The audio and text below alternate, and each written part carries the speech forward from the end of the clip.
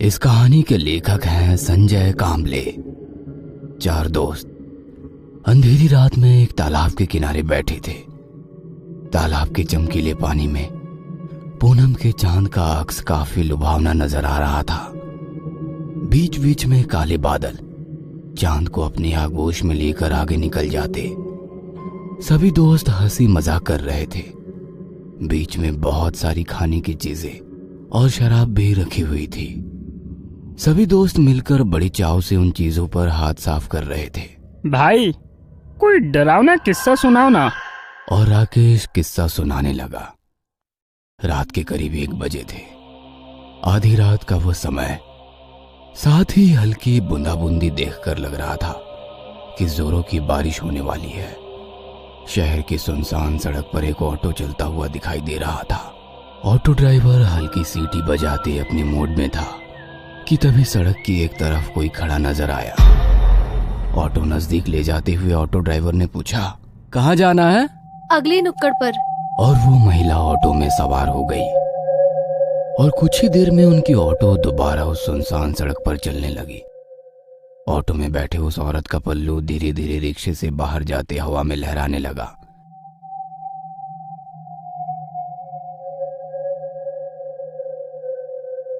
Madam जी, आप कहीं job करती हैं क्या? नहीं तो क्यों? मतलब आप इतनी रात को इस सड़क पर खड़ी थी, इसलिए पूछा। वैसे आपको जाना कहाँ है? आगे नुक्कड़ पर जो पीला बंगला है ना, मैं वहीं रहती हूँ।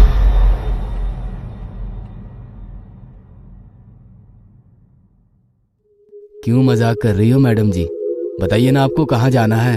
मैं मजाक नहीं कर रही हूँ, मैं उसी बंगले में रहती हूँ, अकेली। पर उस बंगले के बारे में मैंने तो कुछ अजीब सी बातें ही सुन रखी है। अजीब सी बातें? जैसे कि?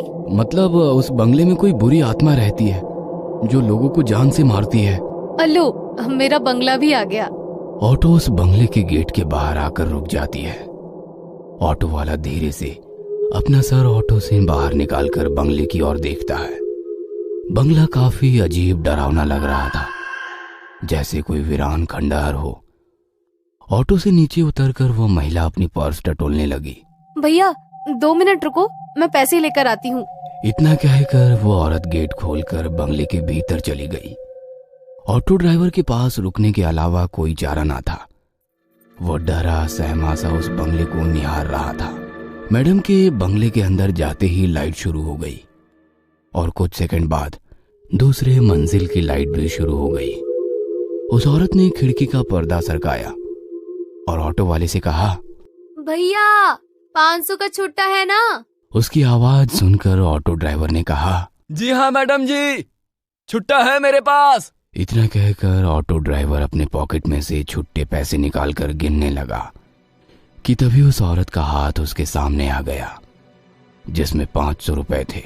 हाथ पूरी तरह से सफेद पड़ चुका था।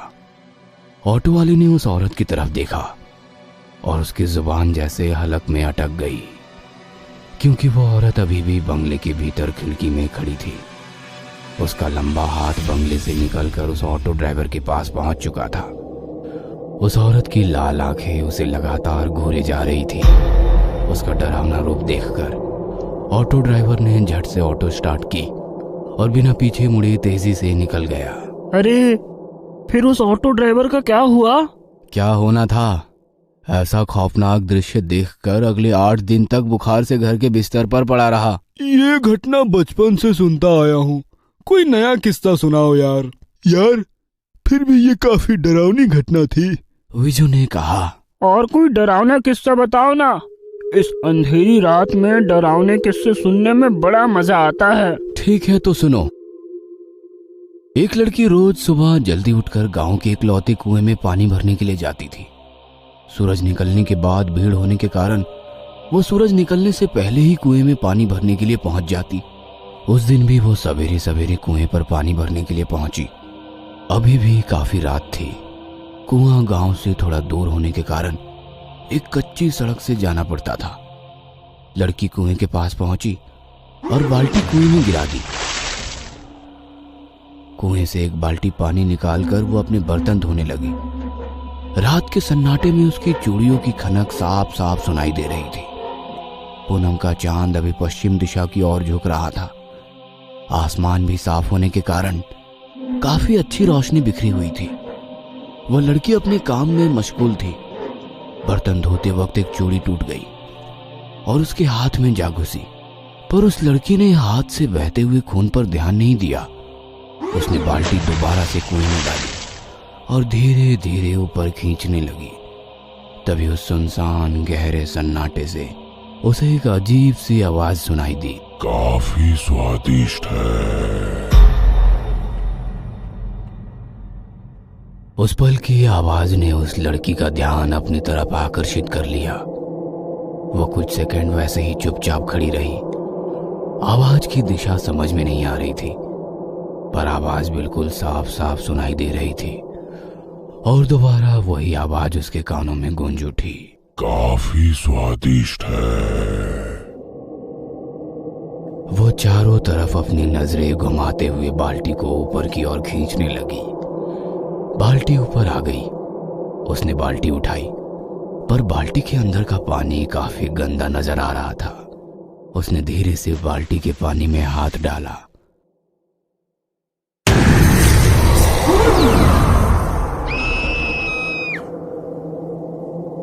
डर के मारे उस लड़की के मुंह से चीख निकल गई। उसने उस बाल्टी को वैसे ही कुएं में फेंक दिया और भागने की कोशिश में बाल्टी की रस्सी उसके पैर में अटक गई और वो धड़ाम से नीचे गिर गई। वह लड़की काफी डर गई थी। डर के मारे वो पैरों में लिपटी हुई रस्सी खोलने की कोशिश करने लगी कि तभी उस गहरे में वैसे ही दोबारा किसी की आवाज आने लगी। आवाज धीरे धीरे गूंजने लगी, जैसे कोई कुएं की दीवारें चढ़कर ऊपर आ रहा हो, इस तरह की आवाजें। जमीन पर गिरी लड़की कुएं की ओर देखकर उस रस्सी को पैर से छुड़ाने की कोशिश कर रही थी, पर लग रहा था कि वो रस्सी धीरे धीरे पैरों को कस के जकड़ रही हो। वह लड़की काफी डर गई थी। उसके दिल की धड़कनें उसको खुद भी सुनाई दे रही थी। बदन पसीना पसीना हो गया था। आंखों में मौत का खौफ साफ साफ दिखाई देने लगा। जैसे तैसे वो रेंगते हुए वहां से दूर जाने की कोशिश करने लगी और अगले ही पल सब कुछ शांत हो गया। न किसी की आवाज, न कोई आहट, बिल्कुल खौफनाक सन्नाटा चारों ओर फैला हुआ था। उसने अपनी खौफ भरी नजरों से कुएं की ओर देखा। वहां पर उस जगह कोई भी नहीं था। वह अकेली वहां पर थी। वो लड़की दोबारा अपने पैरों में अटकी रस्सी छुड़ाने की कोशिश करने लगी और फिर एक अजीब सी आवाज उसके कानों पर पड़ी। धीरे से अपनी नजरें उठाकर उसने कुएं की ओर देखा और सन्न रह गई। कुएं के अंदर की दीवार से एक खौफनाक चेहरा उसे झांक रहा था। उसकी आंखें फटी की फटी रह गई। वह कुछ समझ पाती इससे पहले ही किसी ने उसके पैर में बंधी हुई रस्सी को कुएं के अंदर खींच लिया और वो लड़की कुएं के उस गहरे पानी के अंदर समा गई। यार, ये तो काफी डरावनी घटना थी। फिर उस लड़की का क्या हुआ? और क्या होता, 3 दिन बाद उसकी लाश कुएं के पानी के ऊपर तैरती नजर आई। यार चलो एक और किस्सा सुनाओ, मजा आ रहा है। अरे पागल, बहुत रात हो गई है, अभी यहाँ से जाना होगा, वरना हमारा किस्सा लोग सुनाएंगे। वैसे भी ये काफी डरावनी जगह है और इस जगह के बारे में भी बहुत सारे किस्से मशहूर है। हाँ पता है, इस तालाब के भीतर एक आत्मा है। जो लोग पानी में तैरने के लिए आते हैं उन्हें पानी के अंदर खींच लेती है। अबे बकवास बंद करो, ये सब मनगढ़ंत कहानियां हैं। मैं कई बार यहाँ तैरने के लिए आया हूँ, मुझे तो कभी ऐसा महसूस नहीं हुआ। ऐसा कहकर वो उठकर खड़ा हो गया और पानी से भरे तालाब की ओर देखकर चिल्लाने लगा, ए पानी वाले भूत, चल निकल बाहर, मैं तुझसे नहीं डरता। देखा, कोई भूत भूत नहीं है, खाली वहम है यार। इतना कहकर वो पीछे मुड़ा और वहीं बेहोश हो गया। अगले दिन अस्पताल के बेड पर वो बेहोशी की हालत में पड़ा था। उसके पास माँ और पिताजी गुमसुम से बैठे थे कि तभी उसे होश आ गया। पास खड़े डॉक्टर ने पूछा, अब कैसी है तबीयत? ठीक हूँ डॉक्टर साहब। वैसे हुआ क्या था? चारों की काफी गहरी दोस्ती थी।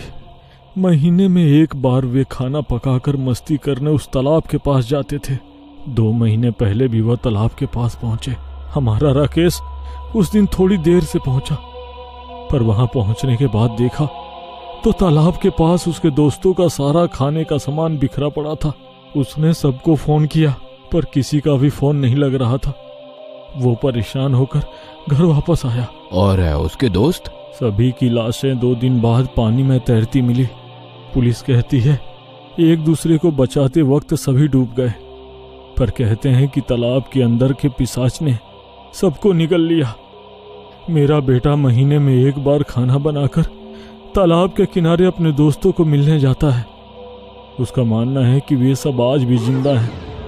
पता नहीं ये सब कब खत्म होगा। और नम आंखों से उसने अपने बेटे की तरफ देखा।